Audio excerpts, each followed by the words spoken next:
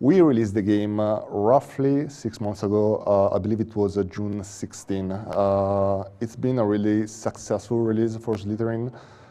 To be honest, it's been the best, the best release that Slitherine ever had. It was such a pleasure and honor for us to really pay our respects to a wonderful franchise such as Starship Troopers. So I have a special guest with me here today. It's Lucas Neisten, creative director of the Aristocrats developers of Starship Troopers, Terran Command. Hello, Lucas. Hello, Alberto. Thanks for Welcome. inviting me. All right, so my first question for you, how do you feel about the release of Starship Trooper and the path so far? Well, obviously, we're very happy about the reception of the game. So the success of the game has allowed us to grow our team, and it will allow us to keep supporting and expanding the game, which is something we have a lot of ambitions to keep doing that. And realizing that there is a community that will support us in doing this is obviously a very good feeling. Nice. All right, so back in September, a couple of months after the release, we published a roadmap which listed what we were planning to add in Starship Troopers during the first year of development. It's been a successful ride so far. Back in October, we released the first milestone of this roadmap, which was called the Chemical Reaction Update. What can you tell us about it? What were your goals for adding these new scenarios and this new unit? Yeah, so we decided to release this update primarily because we wanted to show to the community that we wanted to keep supporting the game. So it was a means for us to release content for free that added to the game. And we ended up releasing 3 scenarios basically, and they're all based around a new unit type, which is called the Chemical Troopers. And another reason for doing this was because we wanted to do some experimental features basically in the game. And we used this as a means to see what the response from the community was. So, for example, all the chemical scenarios have a local high score system, which means that you can replay the scenarios and beat your own score, basically. And in addition, we have one scenario that is really experimental. So we have, you can gather a resource there by killing Arachnids, and you can then use that resource to buy new units or unlock more areas on the map or get more war supports. And it's been very interesting to get feedback from players on mechanics like these, because we're always looking for player feedback and how to basically do more with the game. That sounds great. What I really like to see, was community members sharing their own high scores on Discord and on the forum and on Steam, and it was really good to see them competing and comparing their own high scores. So that's the type of community content that can really help foster a thriving community, which is very important, I think, for an RTS. Yeah, absolutely. Speaking of community content, there was another big milestone in the roadmap. I'm talking, of course, of the scenario editor. That's been in open beta for a while, a couple of months, right? Yeah. Correct. How has the feedback been so far, and what do you think of the scenarios that people are making? Yeah, so we are very happy with what's happening with the scenario editor. There is a lot of people who are creating very cool scenarios. So this ranges from really story-based scenarios, which like you take a squad of troopers to an area and there's storytelling. People even added their own voiceovers. And other scenarios are like really the classic defend the outposts, inspired by the famous movie scene of Whiskey Outpost, where you have to defend your base against lots of endless hordes, basically, of Arachnids. And the quality of the scenarios has been really high. We're very happy about that, to see basically how enthusiastic people are about being able to use the editor. So it's now an open beta, which means that everyone can use it. If you jump to the beta branch on Steam, and we actually allow everyone to play the scenarios in the live version of the game already. Last week, if I remember correctly, or 2 weeks ago, Lucas ran a very successful stream on our channel where he showed the basics of crafting or custom scenario. If you join our Discord channel, there are quite a few player-made scenarios that some are really good. So if you want to play them, you can just join the Discord channel and download them from there, as well as find the set of instructions on how to install them. But my question for you is, Well, there is a specific feature that is highly requested from the community, which will make accessing scenarios easier for players. I'm talking, of course, of the Steam Workshop support. So, is it coming? Yes, absolutely. So currently the way to get scenarios is you have to go to the Discord channel, which there is actually a button for in the game. So if you go to the scenarios panel, there will be a direct link to the Discord channel. But obviously that means that's not very useful to, or not very user-friendly, basically, because you have to download the files and know where to put them. So Steam Workshop support is something we definitely want to add, considering the success of the scenario editor, and something that will make it a lot easier for players to join us, to get this content, to download it, and also to upload it. So that is something we do want to put into the game before we actually put the editor into the live version. Sounds great. Actually, there is another highly requested feature. I'm talking, of course, achievements. Yeah. So my next question, of course, is, are achievements coming? Yes, absolutely. So achievements is also something we're currently working on. Basically, what we'll do with achievements is every campaign scenario will have a set of achievements. So it's still not entirely certain how many achievements each scenario will have, but it will be probably 2 or 3. And basically, there will be a couple of achievements that are reasonably straightforward to achieve. So by just basically playing the game, you'll be able to unlock these, but we'll also have a number of more tricky achievements that you can only get by playing with certain units or using special abilities in a certain way. So we're offering like a range of challenges for these achievements. And that is coming in Q1 probably next year, early next year. Sounds great. Before we move on, I wanted to mention that we are updating the roadmap at the end of this presentation. So we will be showing the new roadmap near the end. There's also another small asset that I'm going to announce today. Not even my coworkers at marketing know about this. Marco doesn't know about it. I'm talking, of course, of Steam trading cards. So yeah, Steam trading cards are coming for Starship Troopers. Surprise. All right. So, let's address the big elephant in the room.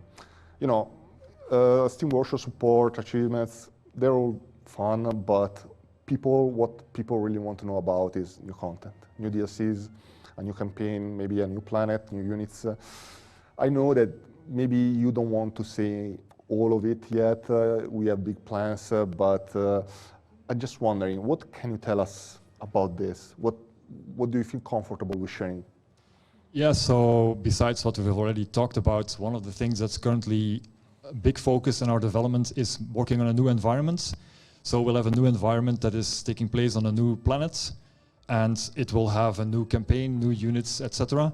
But before I say anything else about it, maybe we should watch a little teaser that we've created for this. Okay, let's watch this video.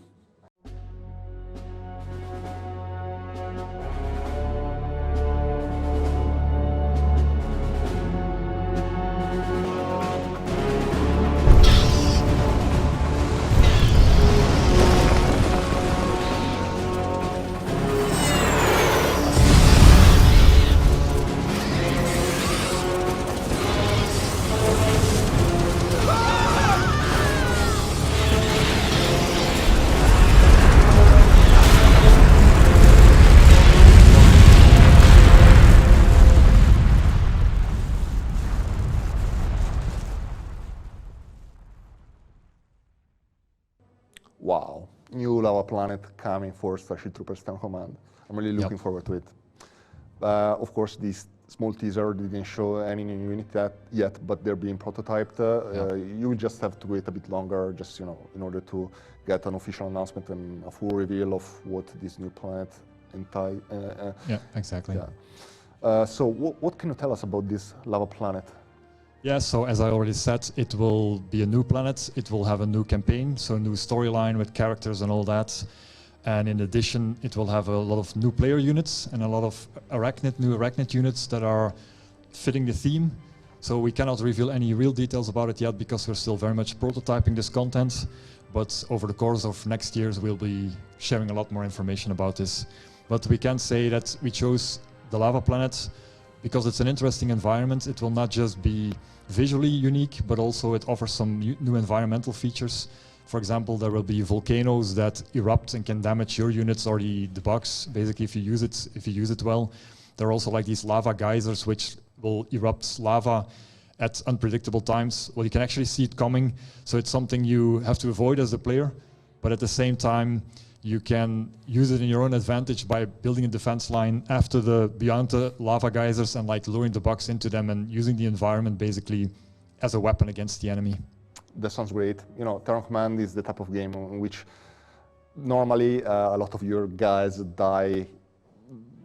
Like it happens. Yeah, it happens. It happens. So I'm just really looking forward to how, in what kind of different ways your guys can die in this new environment, because it sounds really creative.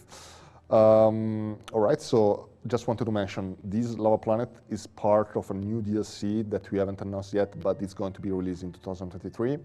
So Lava Planet DLC, stay tuned for the official announcement later next year. Anyway, there was a specific asset in the roadmap that people are really looking forward to. Back in September, we announced a new game mode, which will enhance replayability. So my question for you, Lucas, is what do you feel like sharing with us today about this new game mode? How is work going? What can you tell us? Yeah, so the new game modes is something, well, game modes in general, more game modes is something that players have really been asking for. And we completely agree with them that there's a lot of content in the game, and we want to make sure that they can have more game modes basically than the campaign to use that content in. So while I can't be overly specific about exactly what we're doing, again, because we're prototyping a lot of stuff and we don't want to announce something before we feel more certain about what we're doing, but we do have a couple of specific goals in mind for these new modes. For example, one of the primary things is to give more control to the player to decide what kind of units that they have and what units they produce, and to progress basically through the tech tree to counter what the Arachnids are doing. And another aspect that is tied into that is offering more replayability. So it should be a mode that's really focused on replayability.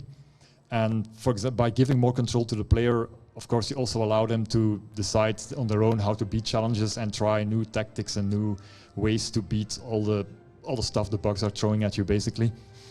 And finally, the third point I would highlight is that we want to make sure that this game mode is very expandable, so that we can add new unit types, new abilities, etc. For example, the new Lava Planet will be something that we can integrate into the new game modes, so that it is very expandable. Sounds great. Well, I know that a lot of fans are asking about it, and they're really curious to hear more about this game mode. I can only invite you to stay tuned if you want to learn more, just to quote Fabinet. So you can just join our Discord channel, or just keep checking the Steam page or your store of choice. Just stay tuned, and we will be saying more about it pretty soon. Before we wrap this presentation, I just wanted to ask you, are there other news for Starship Troopers Terran Command that you want to share with us today? Well, of course, besides all the stuff we announced today, we're always working on the game. We're always working to improve the game, like small features, small updates. Usually that is based on what we see on the feedback from players, basically what they're asking for. So one example of what we are currently adding to the game, or basically we finished it, but we need to test it properly and then release it, is we're expanding the unit controls, the unit control groups. Sorry. For example, now you can only, in the current version, you can only assign a unit to one control group, but with the update, you'll be able to assign it to as many groups as you want, which is a feature that is very common in all the modern RTS games. And of course, we want to make sure that it's also available in our games. And it's one of those features players have been asking for. So we're always looking for ways to improve the game. I'm pretty sure that fans will be happy to hear about it. So I'm wondering if we can show the new updated roadmap, so we can share with you guys. We will be posting it on Steam and our site pretty soon. All right, so this is the roadmap for basically the first half of 2023, roughly.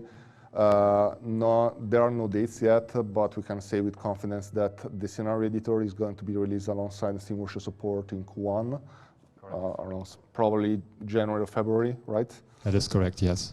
Then, of course, we'll have extended control groups, as Lucas just said. Achievements are coming.